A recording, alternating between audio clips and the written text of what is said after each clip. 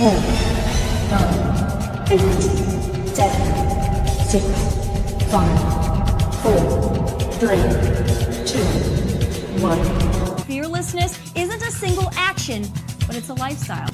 So let's freak and go.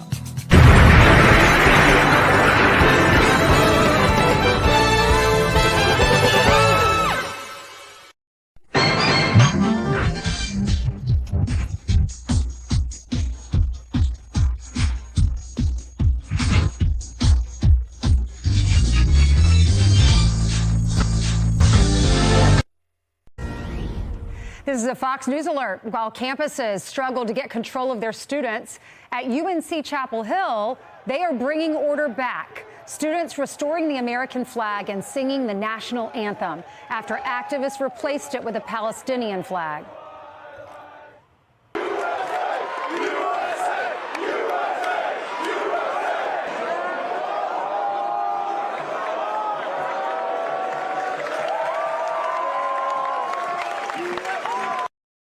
Here with reaction, Fox and Friends weekend co-hosts Pete Hegseth and Will Kane. Hey, guys.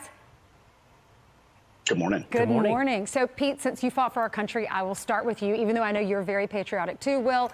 But I wanted to start with you, Pete, because it's, on one hand, so exciting that finally, these Americans are praising America and doing the right thing. But how sad is that? That campus to campus to campus all over our country, they're replacing the flag with Palestinian flags. They are yelling, they hate America, wipe Israel off the map. But at this campus, they got it right.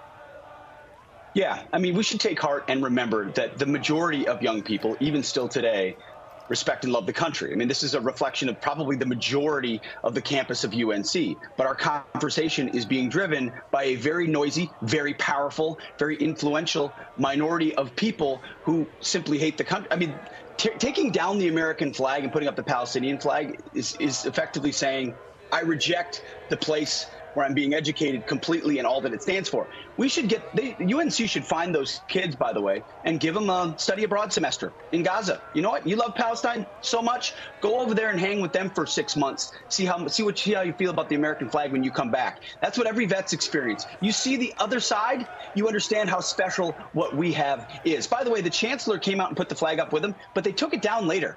They took it down because they didn't want it to be a controversy. So the flag went up for a second, but didn't stay up. And that's sad also. Well, alternatively, I would say to you, Pete, they should also find those UNC frat bros and give them full scholarships to the University of North Carolina. The full story, Ainsley, is pretty fascinating in that they had already replaced the American flag with the Palestinian flag. These North Carolina frat brothers saw it, were upset by that, but the school administration at that time came out and re-raised the American flag, and everybody broke into the national anthem.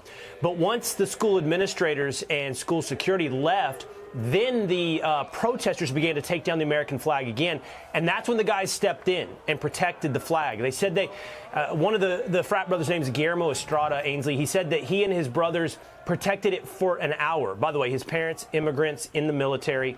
They protected the flag for an hour. They were pelted with bottles and rocks. But those are the type of Americans that I agree with Pete.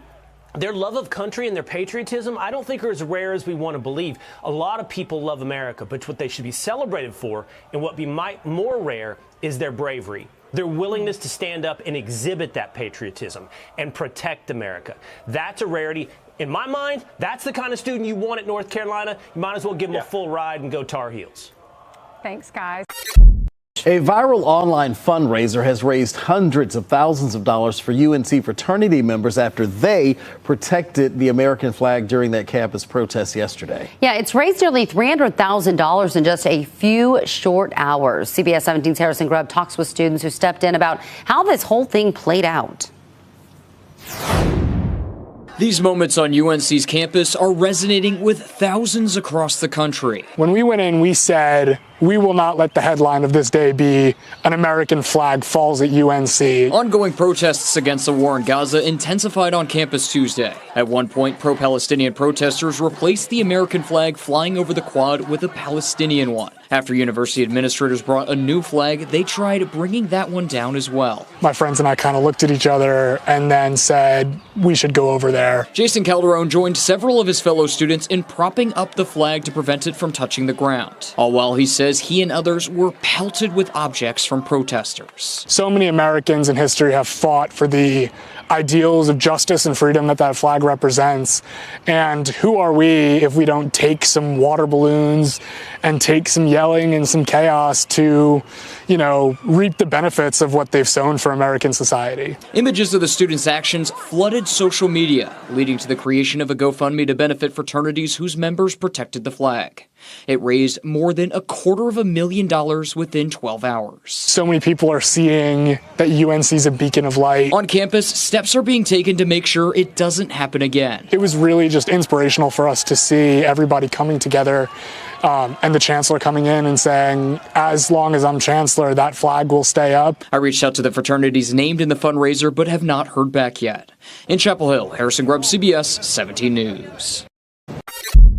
So let's talk about NYPD officers who pulled down that Palestinian flag and then, of course, replaced it with the American flag. It was a great sight to see and something that, of course, reminds all of us of 2001 in New York after 9/11. That video in and of itself, I think, offers some hope in the contrast to what's happening on those college campuses, which I think has a lot of us confused, dismayed, and disheartened, John. Well, it does, but you're right. In the midst of all this chaos, we're seeing true patriotism stand up and be counted.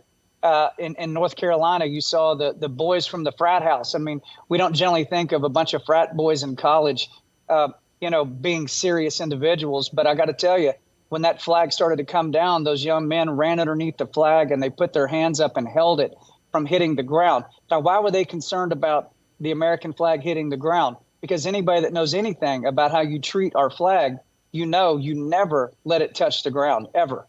And we go back to the Revolutionary War when Francis Scott Key was sitting out there in the bay and they were launching every cannonball they had. The Brits were at our people.